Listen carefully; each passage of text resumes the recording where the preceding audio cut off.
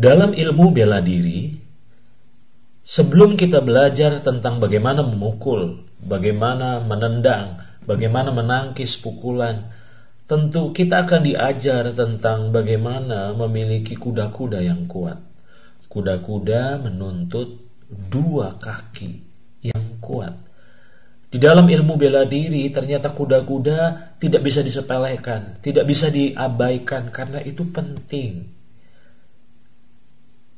Bayangkan, ketika kita berdiri hanya dengan mengandalkan 1 kaki, maka betapa mudahnya kita dijatuhkan.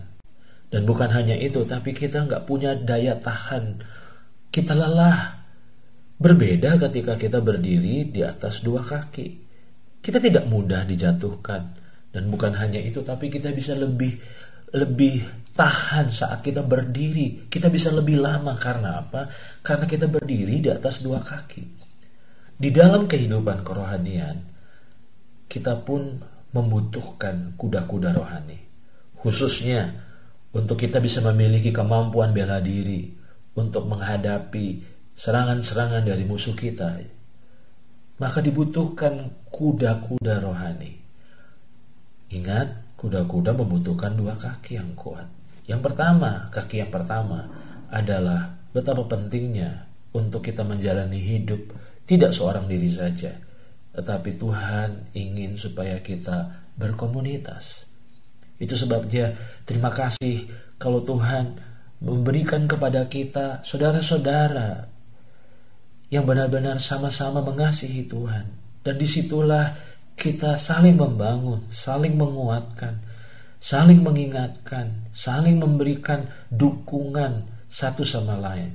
Dan tidak bisa dipungkiri bahwa ternyata komunitas adalah merupakan salah satu rahasia kekuatan dari orang percaya. Tetapi, apakah cukup menjalani hidup dengan 1 kaki saja?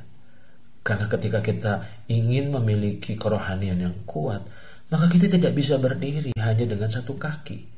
Ada kaki yang kedua yang seringkali kurang ditekankan atau sangat disepelekan dan tidak pernah kita serius dalam melakukannya. Apakah itu? Ternyata kaki yang kedua adalah kesendirian dengan Tuhan. Mengapa saya katakan kesendirian dengan Tuhan? Karena ternyata Tuhan Yesus ketika dia hidup sebagai manusia di dunia ini, dia telah meninggalkan teladan bagi kita. Dia menjalani hidup dengan komunitas, yaitu bersama dengan murid-muridnya. Tapi ternyata dia memiliki sebuah disiplin rohani di mana ada saatnya dia meninggalkan murid-muridnya, meninggalkan orang banyak hanya untuk dia bisa sendirian dengan Bapanya. Disitulah Yesus telah memberi teladan bagi kita bahwa ternyata ada sebuah hal yang penting yang seringkali kita abaikan, yaitu membangun kesendirian bersama dengan Tuhan. Hal yang ironis, kita lebih menikmati kebersamaan dengan komunitas, tapi kita kurang bisa menikmati kesendirian bersama dengan Tuhan.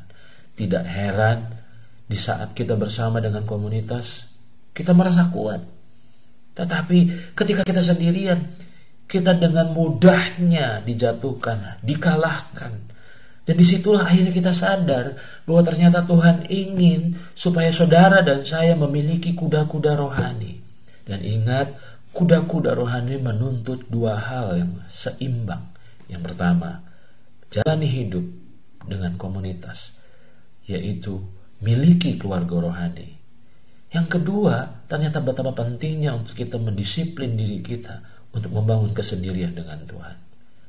Sadarkah saudara, kalau hari-hari ini akibat penyebaran virus COVID-19 yang memaksa gereja-gereja akhirnya meliburkan ibadah-ibadah mereka. Dan bukan hanya itu, tetapi kita juga mengalami kesulitan untuk kita bisa berkumpul dengan komunitas kita. Disitulah sebenarnya kita harus mulai menyadari bahwa Tuhan ingin memanfaatkan kesempatan ini untuk kita mulai membangun kaki yang kedua, yaitu belajar membangun kesendirian dengan Tuhan. Disitulah kita akan mulai mengalami Tuhan secara pribadi. belajar mengenali suaranya, mulai menangkap apa yang sebenarnya Tuhan ingin sampaikan dan Tuhan ajarkan secara pribadi. Dan saya sangat yakin kalau kita gunakan kesempatan ini sebaik-baiknya, maka ketika kita melewati masa sulit ini, kita keluar bukan sebagai orang yang lemah, tapi kita akan keluar sebagai orang yang lebih kuat sebelum krisis ini terjadi. Ingatlah, iblis akan terus berupaya menjatuhkan kita, mengalahkan kita. Tapi ingat baik-baik, sebelum kita menggunakan seluruh perlengkapan senjata Allah, pastikan kita memiliki kuda-kuda rohani. Apakah itu? 2 hal. Yang pertama, hubungan dengan komunitas.